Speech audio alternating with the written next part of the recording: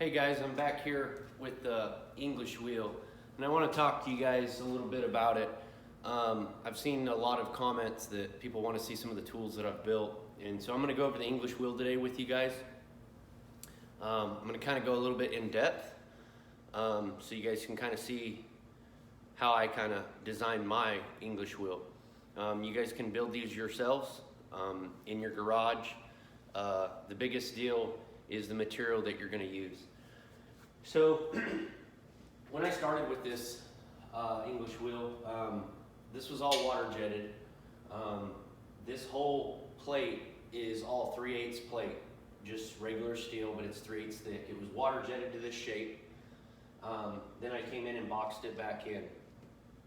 When you go to weld this C-frame together, you definitely want to put some type of bracing between the top and the bottom on both sides. When you go to weld, when you weld, it shrinks the material. So what happens, this C-frame tends to scissor action.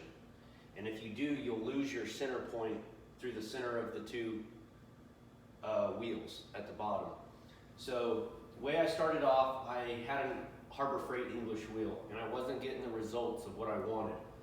So basically, the only thing I kept from Harbor Freight is this top wheel. I tried to machine it, it's hard as a rock.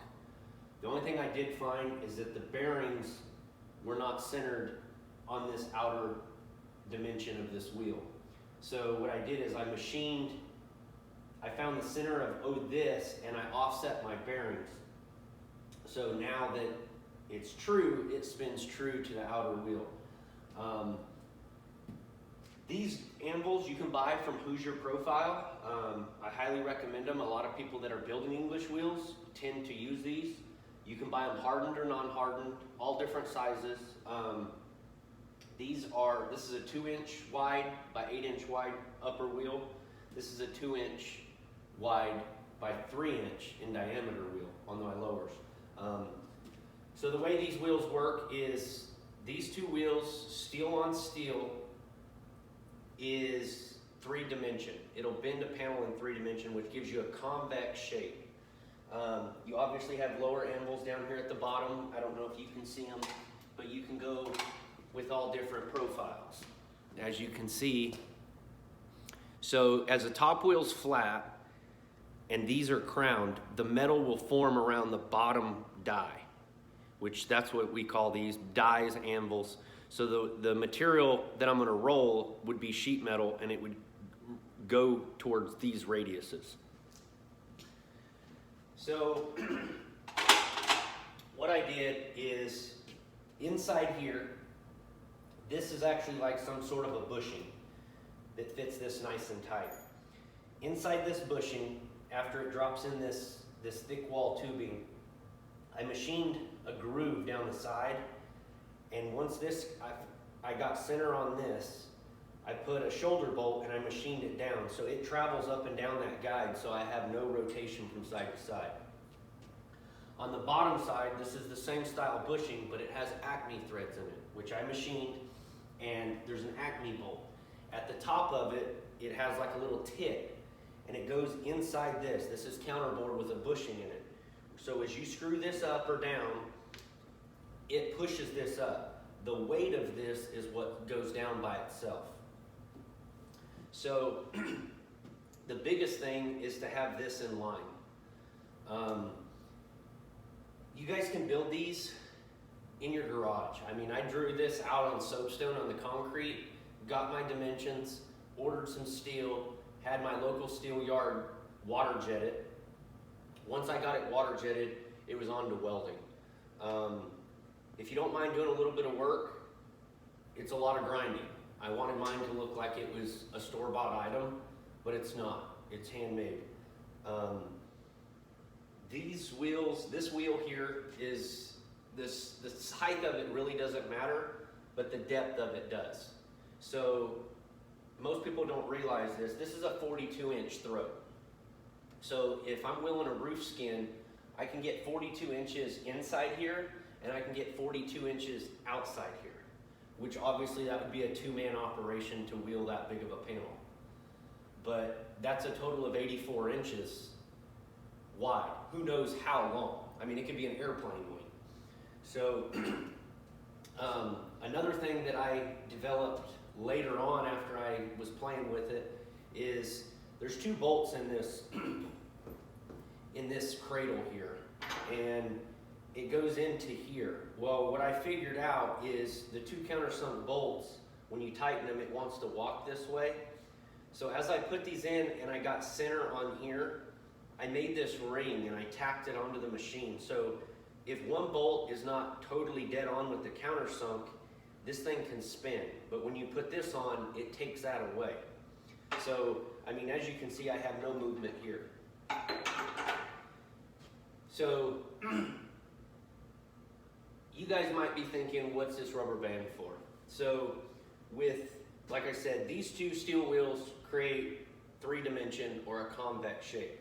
When you put this on, this creates 2-dimension. And you guys might think, like, how is that even possible? Because it's just a rubber band. So the way it works is, now that this is no longer a steel wheel, relatively, the shape of this, it will only bend the metal. It shoves this shape into that rubber band and only bends it 2-dimension, kind of like a slip roll. It's pretty simple to do. I did it on the lower part of that dash of mine because I don't have a slip roll. But this made it a little bit easier because I can creep up on the shape that I want as long as I keep it wheeled straight. When you use the rubber band, you definitely do want to go off the end of the panel. When you're doing 2 steel wheels and you're trying to get a convex shape, you almost want to do like a 1-inch border. And what happens is that border stays the same size all the time. You're stretching the center of that and bringing it up in a convex shape. So what I'll do is I'll get a piece of scrap metal and I'll show you the 2-dimension against the 3-dimension.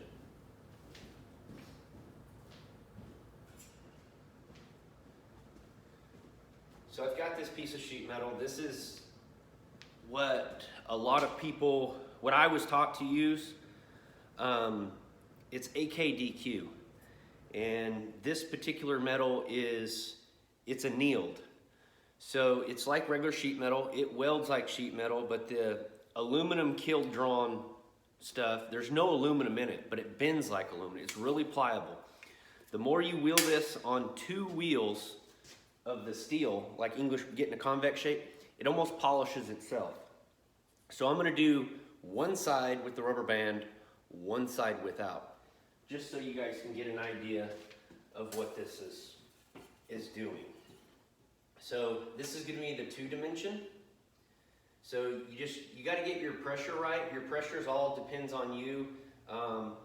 Wheel time on this thing, I was told 30 minutes a day for a year and you can master the English wheel, but you gotta pay attention and be able to read the metal. So I'm gonna get my tension set and then I'm just gonna wheel, and it's just gonna go in the 2-dimension form. And like I said, it's just gonna bend it, is all it's doing. It's not creating a convex shape.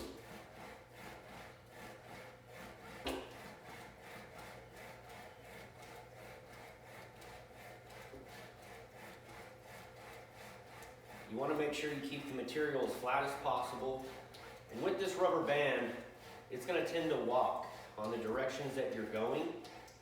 So every once in a while you're going to have to stop, as you can see right there, and my rubber band's walked off. So as you can see, it's 2-dimension. It's just bending it in a radius.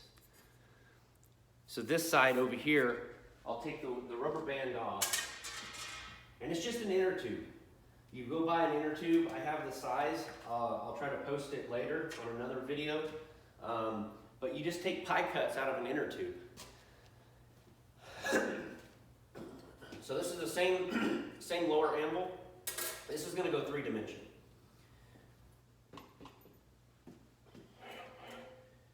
You can tell by the sound it's a little bit. It has a little bit of different sound, but that's because it's metal on metal. On my wheel, it doesn't flex as much, so to get the metal started again, don't try to push it in. Just spin your wheel and it tends to suck it in.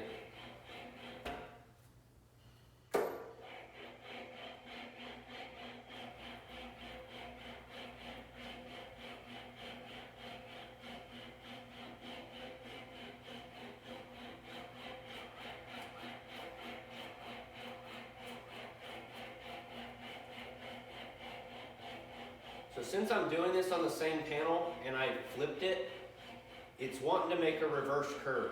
Once the panel starts curving, you want to go with the panel. So it's actually going uphill now instead of downhill. So it's very subtle, as you can kind of see it. But if you look, this is the radius side. And as you can see on that right there, this kind of sucked in. And it's because I already started on it. But it's creating a convex shape. See the oil can? The more I do it, the more that'll come out. So, if you guys are wanting to build your own English wheel, it's not hard. It is time consuming. But the biggest thing, like I said, is from scissor action when you go to weld it. I built mine to my height. I'm 5'11", 6 foot area, so I feel real comfortable standing vertical with my elbow bent 90 degrees. That's where I feel comfortable with the panel. Obviously, if I was to sell this or something, somebody could design a different stand, put different casters on it, lower it down, lift it up, however you want to do it. This little tool that you guys might be seeing in the video, and you're like, what's that hanging? So what happens is, if you change your anvil to a flat anvil, so it's basically flat on flat, and you want to put like a body line crease in it. So you put this up and you just slide it underneath the axle on one side. So in this scenario, I want to, after I English wheel, this is the crowns. Yeah, this is the convex shape. So I'm going to put this in, and you're not, we say we're not supposed to do this, but this is the only time that we do it. So you actually pull down on this edge, and you just feed it kind of like going through like a rolling machine. And if I want to taper it, I could just lift up as I go. And as you can see, I just put a crease in it. So that could be like a real subtle line, like on a hood, that goes from nothing to a point. And that's all this tool is used for. And then if I don't like that line, say I fell off my scribe mark or my marker, you just put it back in the machine in real low pressure, and that crease is gone. So I fixed my mistake. I could redraw my line on center, put it back in there, and do the same thing again until I get my desired look. This wheel, if you were to buy it this size, like a big cast iron one or something, you're probably looking at close to $10,000. With me building this, with my know-how and some resources that I've used, I'm only in at $1,500 minus the lower anvils. That's about another $1,000. You can catch them on sale from time to time, but I highly recommend, if you're wanting to get into this trade, it's a lost art, but you can build anything with this. I built it with my business back home, and so that's the name that's on it. I just haven't changed it. It's something that, it's a focal point in the shop when people come in, because they've never seen one like that. Ron Fournier used to make a couple of them like that, so I took his base design. But other than that, I mean, it's a great tool. And one other thing that I want to kind of go over with you guys is, if you use this particular sheet metal, AKDQ, and your wheels are polished, it will polish that metal. It gives it a cleaner look. It gives it, you could really see the low, because it creates the low spots and stuff, if you do have any. It creates like a shadow. You don't have to polish them, I like to polish them just because it kind of puts a coat. It's all done in the lathe with real fine sandpaper, so that particular metal, it doesn't tend to rust right away. It kind of puts a coat on it. It's kind of like polishing it in a buffer with no wax. But other than that, I mean, I strongly suggest, I mean, if you guys are willing to do something like this, I mean, it's a great tool. It's, if you do stuff like this, but I highly recommend doing some of the things that I said. You know, bracing it correctly. It'll also keep this when you weld it so it won't kind of squish, because metal, when you're welding it, the heat shrinks.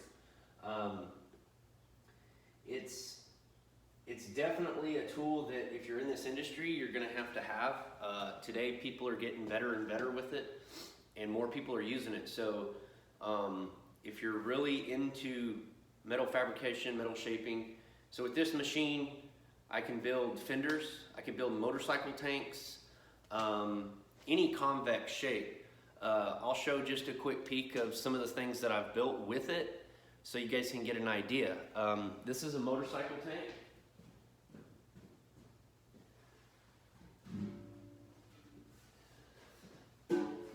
So I built this motorcycle tank for a display.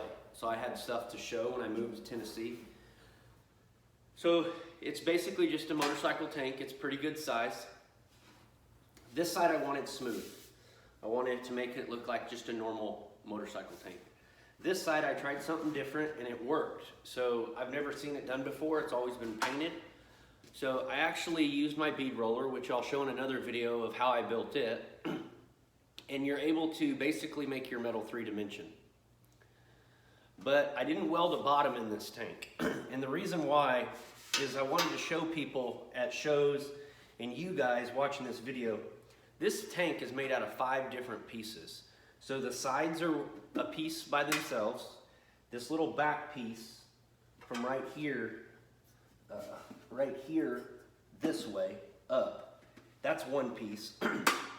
The top is one piece. If you might be able to see the back side of the weld. That's one piece, and then the front half is one piece. But this side is flatter because I can't, after I bend this edge, I can't really get in here with the bead roller. So to make it symmetrical, which when you look at it, it looks symmetrical, but it's really not. I kind of angled the front and the back to tie in because this side is flatter with the embossing of Indian on it, and then this side is just plain.